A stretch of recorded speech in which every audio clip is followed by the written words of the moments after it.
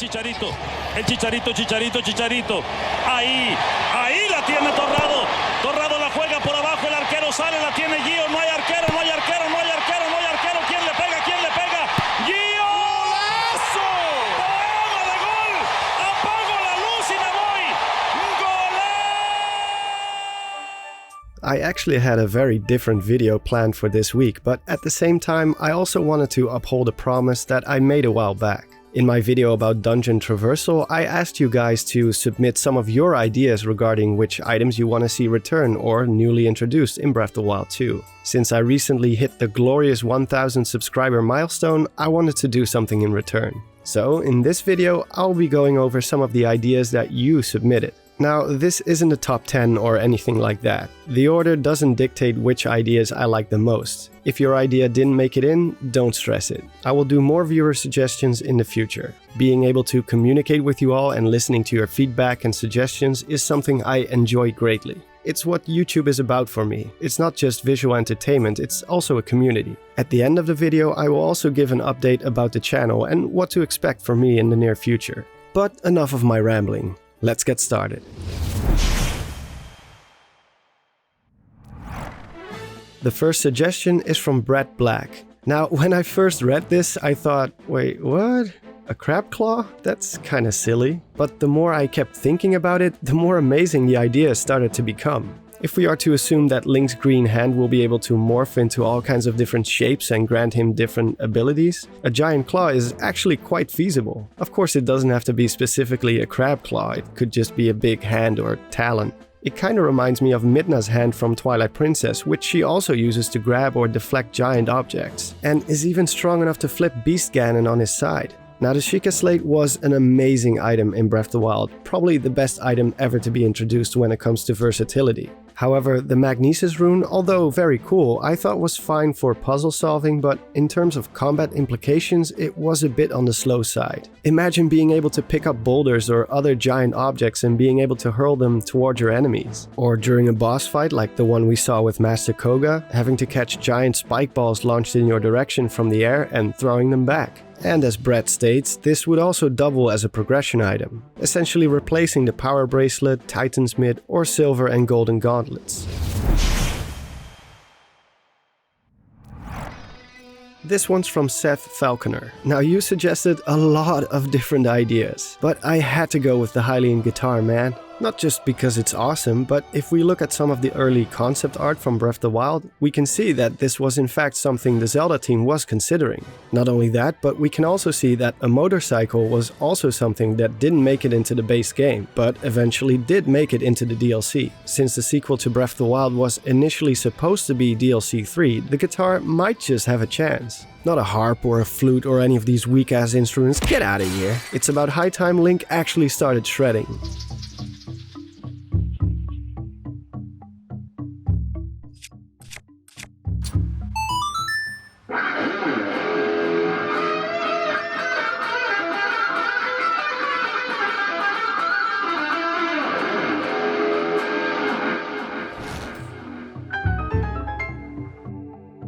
Actually, this wouldn't even be a first for Link, as in Majora's Mask he also plays guitar. Or Fishbone. Wait, how does that even work? This suggestion ties in with two other comments I got from Peter Ganderson and Gabriel the Obsessive, who both expressed a similar desire for the return of instruments. And I agree. Instruments have always been something that sets the series apart and also influences the music score greatly. Now, I know what you're thinking. If this will indeed be an electric guitar like the one we see in the concept art, how will it produce sound without an amplifier? One word: magic. This was a popular one, requested by Nox, Ninten007, and Hiram Color. By the way, sorry if I butcher any of your names. I think the whip would definitely work well with Breath of the Wild's engine. It's a tool that is quite versatile, since it can be used for both means of traversal, a way to pull levers from afar, and functions as a weapon. Breath of the Wild didn't make use of any mechanics that involve having to swing around like we saw in the Wind Waker, Twilight Princess, and Skyward Sword. Link now has a type of mobility never before seen in the series, yet there were no additional items to boost his mobility even further. The closest we came to an upgrade in terms of mobility was Revali's Gale, which was slow in terms of startup and had limited use. I also want to give an honorable mention to Druid Rider, who suggested the return of the grappling hook from the Wind Waker, which functions very similar. However, the whip has a slight edge over the grappling hook in my opinion. It's faster to use both in terms of traversal and combat. The only thing the grappling hook has over the whip is the ability to climb up.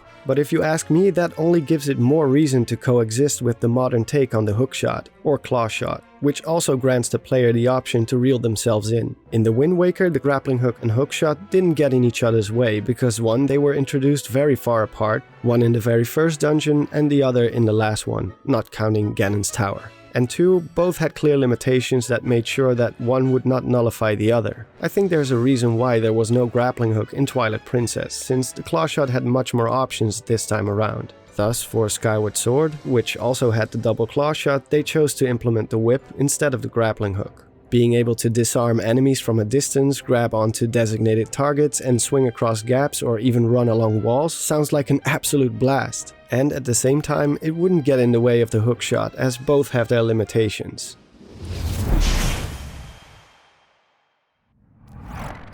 Next we have sword dashing, suggested by Firehawk. All I can say about this one is, yes please. We've seen sword dashing plenty of times in the 2D games, but was never used for the 3D installments. In general, it was a bit of a shame that in Breath of the Wild being able to run faster was limited to only nighttime and with specific outfits equipped. Sword dashing could work very well with Breath of the Wild's huge open world, and yet again, both for traversing the landscape as well as using it for combat. Introducing the Pegasus boots or something similar would be a welcome inclusion, and just like in the 2D games, it could even be combined with Link's jumping ability and paraglider to scale greater distances horizontally. That's all I have to say about that one.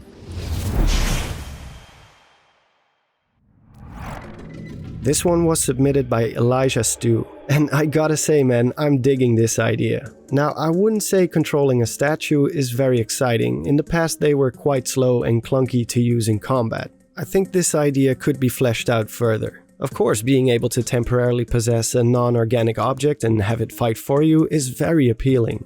And you know what? There is actually something that we could use for this purpose. Hyrule is absolutely littered with decayed guardians. Imagine being able to take control of one. After all the fear and frustration they put us through in the first game, it would be nice to have one on our side this time around. Depending on if they still have enough of their legs intact, they could even be able to move. We've seen that even though they are autonomous, they are not immune to being corrupted or taken over. It is time to turn the tide on Ganondorf and give him a taste of his own medicine.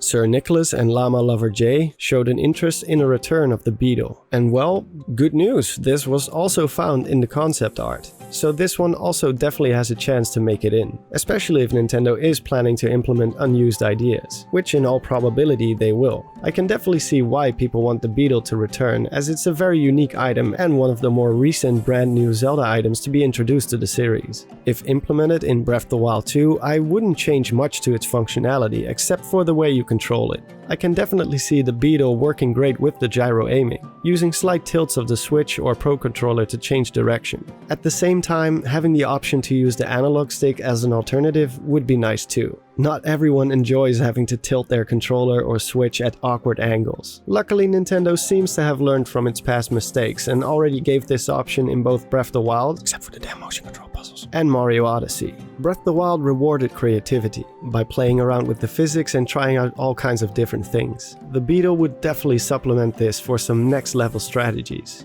Being able to pick up small rocks, explosive barrels or other items and bombard enemy camps. Fly straight into enemies like a kamikaze pilot, and if the Sheikah Slate were to make a return or at the very least remote bombs, dropping a bomb, picking it up with the Beetle and turning it into a B-17 bomber. The sky is the limit. Another honorable mention goes to Andrew Chapman, who suggested something similar, but rather than the actual beetle, it would be a boomerang that behaves similarly.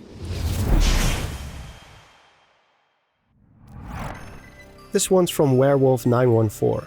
Instead of just using a glorified vacuum cleaner, he presents the idea of pointing it onto the ground and blasting a gust of air to launch yourself upwards. A bit like Rivali's Gale, but faster and with less height, as not to make it too OP.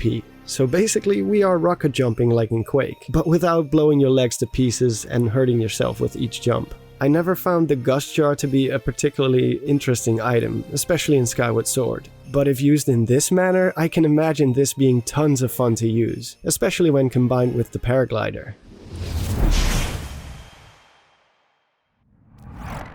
Polly Griffin also came up with a lot of ideas, so I again had to choose one. A portable Guardian laser, like the one the Blight Cannons are carrying. The most likely way I would see this being implemented is if Link's hand is able to transform into different types of devices, again like in the concept art. And I am all for it. Let's go full Mega Man, let's give Samus a run for her money and give Link a freaking arm cannon. I mean, why not, right?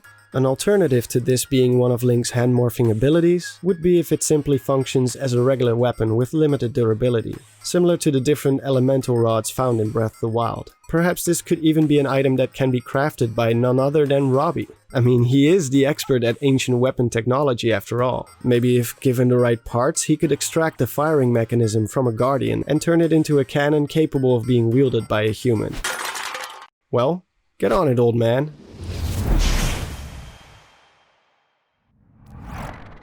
The last one comes from Ivelta D9, a wolf transformation to jump further, track smell, or to run faster. I'm a bit conflicted about this one, since when it comes to the main gimmick of a game, they never repeat it twice in the exact same manner. We did have the option to put Wolf Link in Breath of the Wild through the use of amiibos, but this worked very differently. I personally don't think they would allow Link to transform into a wolf himself, as that has already been done before. Nintendo usually strives for something new. However, there is an alternative. In creating a champion, it reads that Wolf Link was actually a toned-down version of an idea they had in mind during the early stages of development. This creature would have been able to receive commands, navigate, fight alongside you, follow you around, and even talk.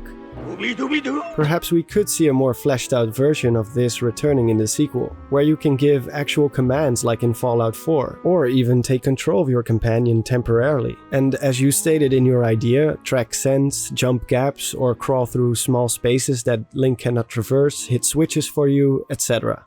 And that is a wrap for this one. All of these ideas at the same time would probably be too much for the Zelda team to handle, but we can hope that at least some of these ideas make it into the new game. I want to have some closing words before I end this video. First off, a big thank you to everyone who supported me so far. I only started uploading content a little over a month ago, and the warm welcome I've received is more than I could have ever wished for. To all of you who subscribed, commented on my videos, giving me feedback and ideas or corrected mistakes and oversights, it's very much appreciated. I had a lot of fun making this video and going through all of your ideas. We can do something similar for the next milestone, or maybe by that time there's something else you would like me to cover. As for the near future, since I surpassed 1K subscribers, I will soon be able to make community posts right here on YouTube. I think it takes about a week for it to activate, so from that point on, I will be able to give you guys direct updates on projects that I'm working on. I'm not exactly a social media person, but I am considering setting up a Twitter account as well, as an alternative way to communicate with you all. So when I get around to it, I will let you know about it. In terms of upcoming projects, I have a couple of different things on the way. Since you guys seem to really appreciate my take on Zelda lore, I will be doing those more often. However, I will not stop doing game analysis and mechanics either. As a matter of fact, I have 2 different videos about game mechanics planned, both of which will be collaborations. For one of them, I will once again be modeling a dungeon idea in Blender, so I hope you look forward to that. These videos will drop around mid to late June at the earliest, as I'm of course dependent on other people's schedules. As for the upcoming weeks, I have 2 different videos planned. I want to do another lore video, and I also want to do a more personal video about my experience with Breath of the Wild and why I think the game is such an important milestone. Now for my question to you guys and gals is, which video would you prefer to see for next week? Lore or a more personal tale? Be sure to let me know down in the comments. One quick final notice, I've had a couple of people requesting me to post my edit of the Breath of the Wild 2 trailer as a separate video, and the answer to that is yes. I'm going to do some little touch-ups on the sound of the trailer and maybe even pay a professional to mix and master the audio so it can be the best it can possibly be. If and when my channel gets monetized, I will make sure that this video will not have any ads on it, so you can always watch it without interruption. I will also provide a download link to the original MP4 in case anyone wants to use it for whatever personal purpose. If you want to stay up to date on my latest uploads, consider subscribing, hitting the bell, you know how it goes. Thank you all for watching, and I will see you in the next video. This is Dawn signing off, and have a good one.